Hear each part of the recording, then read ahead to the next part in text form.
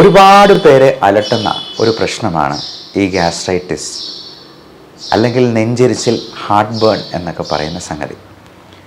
ഇതിന് നമുക്ക് ഭക്ഷണ കാര്യങ്ങളിൽ എന്തെല്ലാം ശ്രദ്ധിക്കാം? വീട്ടിൽ എന്തെങ്കിലും ഒറ്റമൂലി പ്രയോഗങ്ങൾ കൊണ്ട് ഇത് മാറ്റാൻ പറ്റുമോ? വീട്ടിൽ അർദ്ധരാത്രിയിലാണ് ഈ ഒരു പ്രശ്നം ഉണ്ടാകുന്നതെങ്കിൽ നമുക്ക് എന്ത് ചെയ്യാൻ പറ്റും?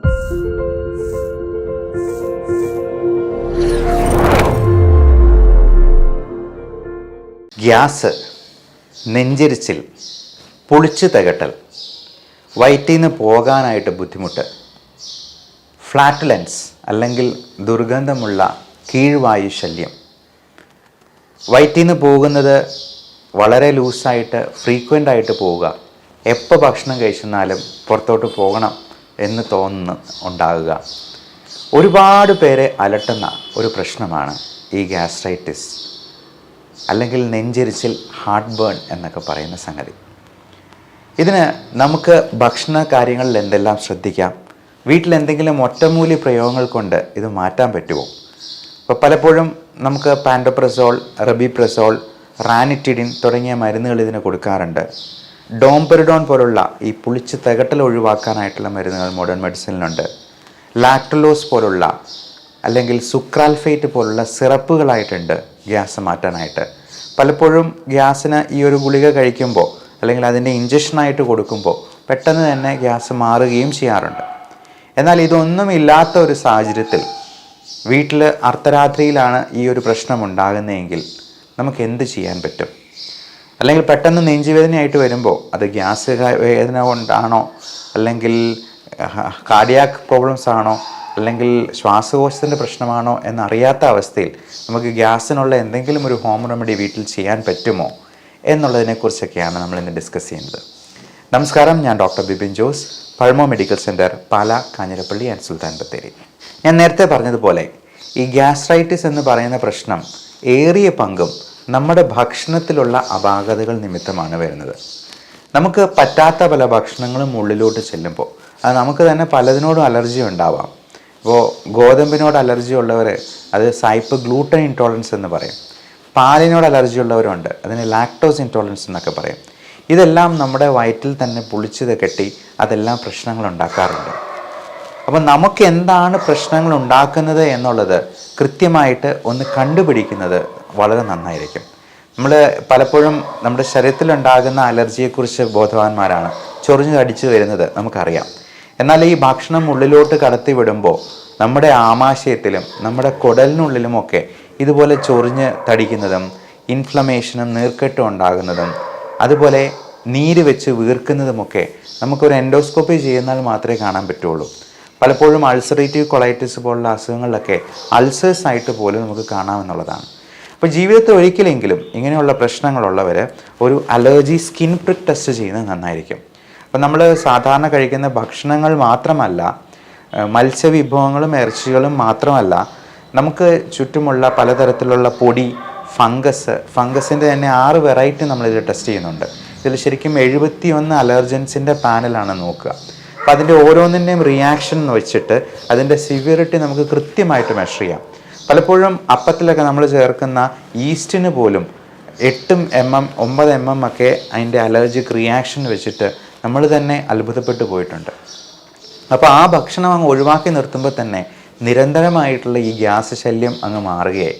ഇനി തീർത്തും ഒഴിവാക്കി കളയാൻ പറ്റാത്ത, ഇപ്പോൾ തേങ്ങ, ഇപ്പം എന്ത് കഴിച്ചെന്നാലും പുറത്തുനിന്ന് എന്ത് കഴിച്ചെന്നാലും ചിലപ്പോൾ അതിനകത്ത് തേങ്ങയുടെ അംശം ഉണ്ടാകാം. അപ്പം അങ്ങനെയുള്ള സംഗതികൾക്ക്, ഇപ്പോൾ സവോള പോലുള്ള സാധനങ്ങൾക്ക് ഒക്കെ അലർജി ഉണ്ടെങ്കിൽ അതിന് ഇമ്മ്യൂണോ തെറാപ്പി എന്ന് പറയുന്നൊരു ട്രീറ്റ്മെൻറ്റ് കൊടുക്കും. 6 മാസത്തേക്ക് ഇതിൻ്റെ തുള്ളിമരുന്ന് ആൻറ്റിബോഡീസ് ഉൽപ്പാദിപ്പിക്കാൻ പാകത്തിന് നമ്മൾ നാവിനടിയിൽ ഇറ്റിക്കുന്ന രീതിയിൽ ആഴ്ചയിൽ 2 ദിവസം വീതം എടുക്കാനായിട്ട് പറയും. അതുകൊണ്ട് തന്നെ നമുക്കിതിൽ 92% എഫിക്കസിയോടുകൂടി ഈ അസുഖങ്ങൾ പൂർണ്ണമായിട്ട് മാറ്റാവുന്നതാണ്. ഇനി നമുക്ക് വീട്ടിൽ തന്നെ ചെയ്യാവുന്ന ഒറ്റമൂലിയെക്കുറിച്ച് പറയാം. അതിനോടൊപ്പം വീട്ടിൽ നമ്മൾ ഭക്ഷണം കഴിക്കുമ്പോൾ ശ്രദ്ധിക്കേണ്ട കാര്യങ്ങൾ പറയാം. മൈൻഡ്ഫുൾനെസ് എന്നൊരു ടേമുണ്ട്. അതായത് നമ്മൾ എന്ത് കാര്യം ചെയ്യുമ്പോഴും പൂർണ്ണമായും ആസ്വദിച്ചും സാവകാശവും സാവധാനവും അത് ചെയ്യുക എന്നുള്ളത്.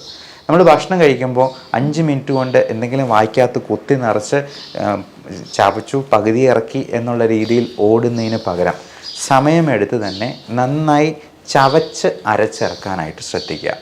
നമ്മുടെ ഗട്ട് എന്ന് പറയുന്നത്, വയറ്, ആമാശയം എന്ന് പറയുന്നത് നമ്മുടെ ഒരു സെക്കൻഡ് ബ്രെയിനാണെന്ന് പറയാം, രണ്ടാം തലച്ചോറാണ്. അപ്പം അതിനു മുൻപ്, നമ്മുടെ ഈ രണ്ടാം തലച്ചോറിന് മുൻപ് ഒരു കാര്യമുണ്ട്, നമ്മുടെ വായ.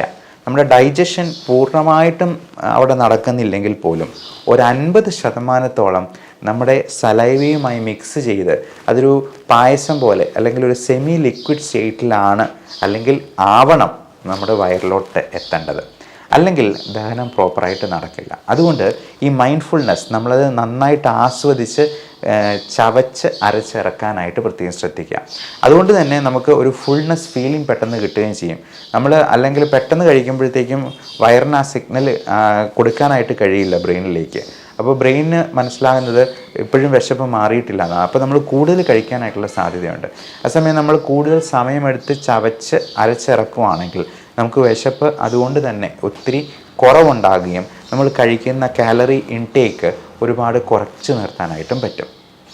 2, ഭക്ഷണത്തിന് മുൻപ് ഒരു 2-3 ഗ്ലാസ് വെള്ളം കുടിക്കുകയും. അപ്പം വെള്ളം കുടിക്കുന്ന വഴി നമ്മൾ ഒരു ഫ്ലഷ് ചെയ്ത് പോകുന്നത് പോലെ ആദ്യം ഉണ്ടായിരുന്ന ആ ഒരു വേസ്റ്റ് എല്ലാം ആദ്യമേ തന്നെ ഇൻഡസ്ട്രിയിൽ നിന്നൊക്കെ ഒന്ന് ക്ലിയർ ചെയ്ത് ആദ്യമേ തന്നെ 2 സാലഡ്, കുക്കുംബറായിട്ടോ അധികം മധുരമില്ലാത്ത പഴങ്ങളോ, ഫ്രൂട്ട്സും വെജിറ്റബിൾസും ഒക്കെ നമ്മൾ ആഹാരത്തിന് ശേഷമല്ല, ആഹാരത്തിന് മുമ്പാണ് കഴിക്കേണ്ടത്. ഈ വെജിറ്റബിൾസിനും ഫ്രൂട്ട്സിനും ഒക്കെ ഒരു കാര്യമുണ്ട്, അത് ചൂല് പോലെ അടിച്ച് വൃത്തിയാക്കും. നമ്മൾ രാവിലെ എണീറ്റുന്ന ആദ്യം ചെയ്യുന്നത് എന്താ? ചൂല് കൊണ്ട് അടിച്ച് വൃത്തിയാക്കുകയാണ്. പകരം നമ്മൾ ഭക്ഷണം കഴിക്കുന്നതിന് മുൻപ് തന്നെ ഈ ചൂല് കൊണ്ടുള്ള വൃത്തിയാക്കൽ ഒന്ന് തുടങ്ങണം എന്നുള്ളതാണ്. നമ്മുടെ ആമാശയത്തിലെയും കുടലിലെയും ഉള്ള വേസ്റ്റുകളെല്ലാം ആദ്യം ചൂല് കൊണ്ടൊന്ന് അടിച്ച് വൃത്തിയാക്കി ഇച്ചിരി വെള്ളം ഒഴിച്ച് അതങ്ങ് ഫ്ലഷ് ചെയ്തതിന് ശേഷം വേണം നമ്മൾ കഴിക്കാനായിട്ട്. ഇപ്പോൾ കഴിക്കുന്നത് കാർബോഹൈഡ്രേറ്റ്സിൻ്റെ അളവ് വളരെ കുറച്ച്, ഇപ്പോൾ പ്രോട്ടീൻ്റെ അളവാണെന്നുണ്ടെങ്കിലും നമുക്ക് പറ്റുന്ന പ്രോട്ടീൻ മാത്രം, ഒരുപാട് വാരി വലിച്ച് കഴിക്കാതെ നമുക്ക് ഇഷ്ടപ്പെടുന്നതും നമുക്ക് വയറിന് പറ്റുന്നതുമായിട്ടുള്ള സാധനങ്ങൾ കുറച്ച് മാത്രമായിട്ട് കഴിക്കാനായിട്ട് ശ്രദ്ധിക്കുക. രണ്ടാമത്തെ കാര്യം, ഇതിൽ കൂടുതലായിട്ട് പ്രോബയോട്ടിക്സ് അടങ്ങിയിട്ടുള്ള, ഇപ്പം തൈര്, മോരിൻ വെള്ളം തുടങ്ങിയ സാധനങ്ങൾ കഴിക്കുന്നത് നമുക്ക് ഫുൾനെസ് ഫീലിംഗ് കിട്ടാനും നമ്മുടെ വയറിലെ നല്ല ബാക്ടീരിയയുടെ എമൗണ്ട് കൂട്ടാനായിട്ടും സഹായിക്കും. ഇനി ഈ പ്രോബയോട്ടിക്സും ഡൈജഷന് സഹായിക്കുന്നതുമായിട്ടുള്ള ഒറ്റമൂലി അത് നമുക്ക് ഭക്ഷണത്തിൽ തന്നെ ഉൾപ്പെടുത്താവുന്നതേ ഉള്ളൂ. നമുക്ക് ആദ്യമേ തന്നെ ഈ ഭക്ഷണത്തിൻ്റെ കൂടെ ഇത് കഴിക്കാവുന്നതാണ്. ഇതിന് 6 കാര്യങ്ങളാണ് ഞാൻ പറയുന്നത്.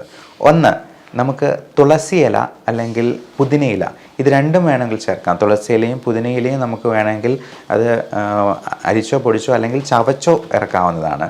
അതുപോലെ മല്ലിപ്പൊടിയായിട്ട് നമുക്ക് കൂടുതലായിട്ട് കറികളിൽ ഉപയോഗിക്കാം, അല്ലെങ്കിൽ ഭക്ഷണത്തോടൊപ്പം തന്നെ സാലഡിൻ്റെ കൂടെ വേണമെങ്കിൽ വിതറിയിടാവുന്നതാണ്. അതോടൊപ്പം നമ്മൾ ഈ ഒത്തിരി സ്പൈസി ആയിട്ടുള്ള കുരുമുളക് പോലുള്ള സാധനങ്ങളും മുളകും പച്ചമുളകും അതുപോലെ കാന്താരി മുളകും ഒക്കെ കൂടുതലായിട്ട് ചേർക്കുന്നത് തീർച്ചയായിട്ടും നല്ലതല്ല. ആപ്പിൾ സിഡർ വിനെഗർ എന്ന് പറയുന്നത് നമ്മുടെ ദഹനത്തിനും ഹെൽപ്പ് ചെയ്യുന്ന ഒന്നാണ്.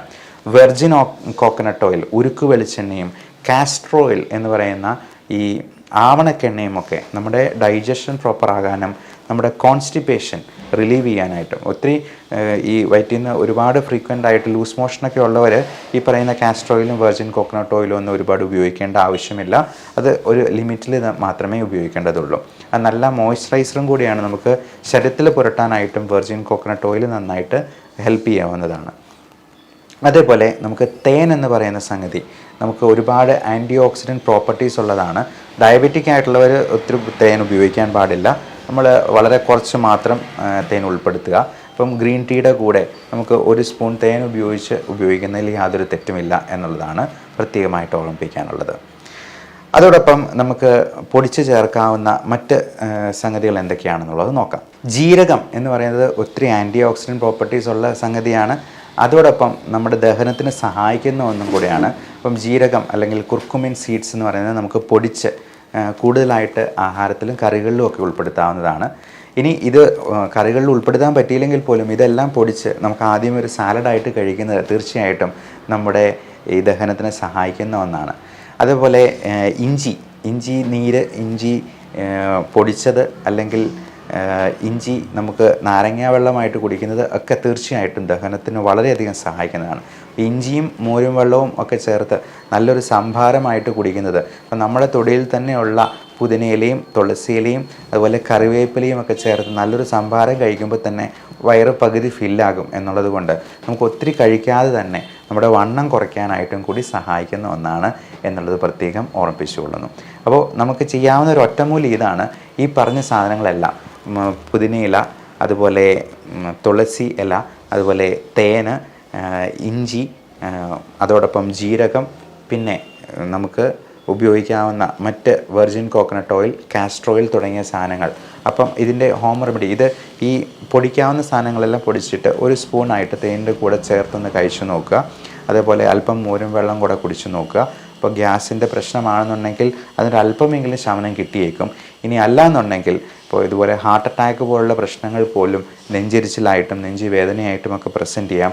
അതുകൊണ്ട് എത്രയും പെട്ടെന്ന് തന്നെ അതിന് വൈദ്യസഹായം തേടേണ്ടതുണ്ട്.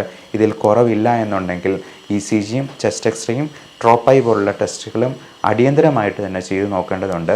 അത് ഒരുപാട് വെയിറ്റ് ചെയ്യുന്നാൽ ചിലപ്പം ജീവൻ പോലും അപഹരിക്കപ്പെട്ടു പോകാവുന്ന ഒരവസ്ഥയിലേക്ക് പോയേക്കാം എന്നുള്ളത് ഓർമ്മിപ്പിച്ചുകൊണ്ട് നിർത്തുന്നു.